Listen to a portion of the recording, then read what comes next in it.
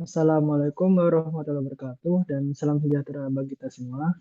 Perkenalkan kami dari kelompok 3 Bahasa Indonesia dari Universitas Negeri Semarang. Pada kesempatan kali ini, di sini kami akan membahas tentang materi yaitu mengeksplorasi teks dalam kehidupan akademik. Nah, di sini kami terdiri dari 3 orang. Yang pertama yaitu Khairunisa Febrianti Aryani dari Fakultas Hukum, Prodi Ilmu Hukum. Lalu yang kedua ada Safira Azhara Alindira dari Fakultas Ilmu Pendidikan dengan prodi psikologi, dan yang terakhir ada Ahmad Al-Ghazali Wiranto dari Fakultas Ilmu Pendidikan dengan prodi psikologi. Bagian pertama yaitu tentang teks akademik. Nah, teks akademik ini maksudnya adalah tulisan yang diperoleh dari pengamatan, peninjauan, penelitian dalam bidang tertentu, disusun menurut metode tertentu dan dapat dipertanggungjawabkan.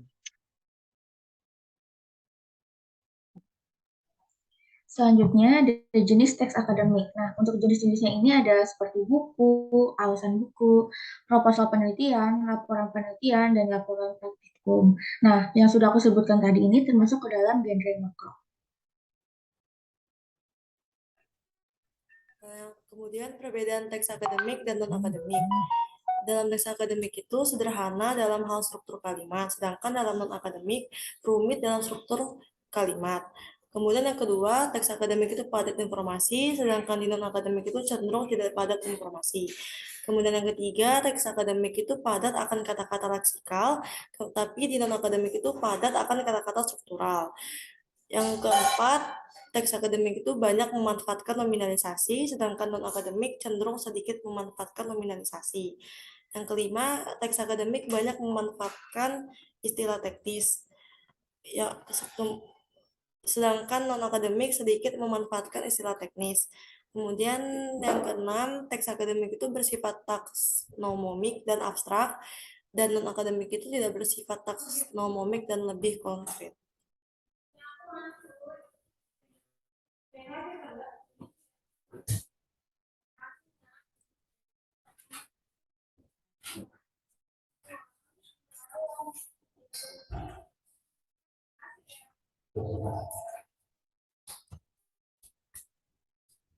Lalu selanjutnya yaitu menelusuri dan menelaah model teks akademik. Nah, teks yang berkaitan dengan kehidupan akademik itu ada 3.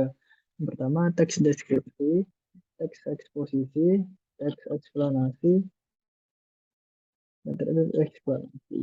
Maksudnya untuk teks deskripsi itu ialah teks yang disampaikan dengan menggambarkan secara jelas objek. Lalu teks eksposisi ini itu berisi tentang paparan gagasan atau usulan sesuatu yang bersifat pribadi.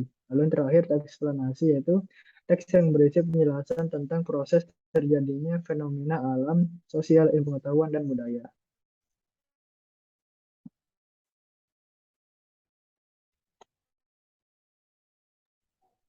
Selanjutnya kita masuk ke cara menyunting teks akademik. Untuk definisinya tersendiri, menyunting teks akademik merupakan proses membaca, mencermati, memperbaiki teks yang telah ditulis seorang penulis sehingga teks tersebut dapat dimuat dan dipublikasikan.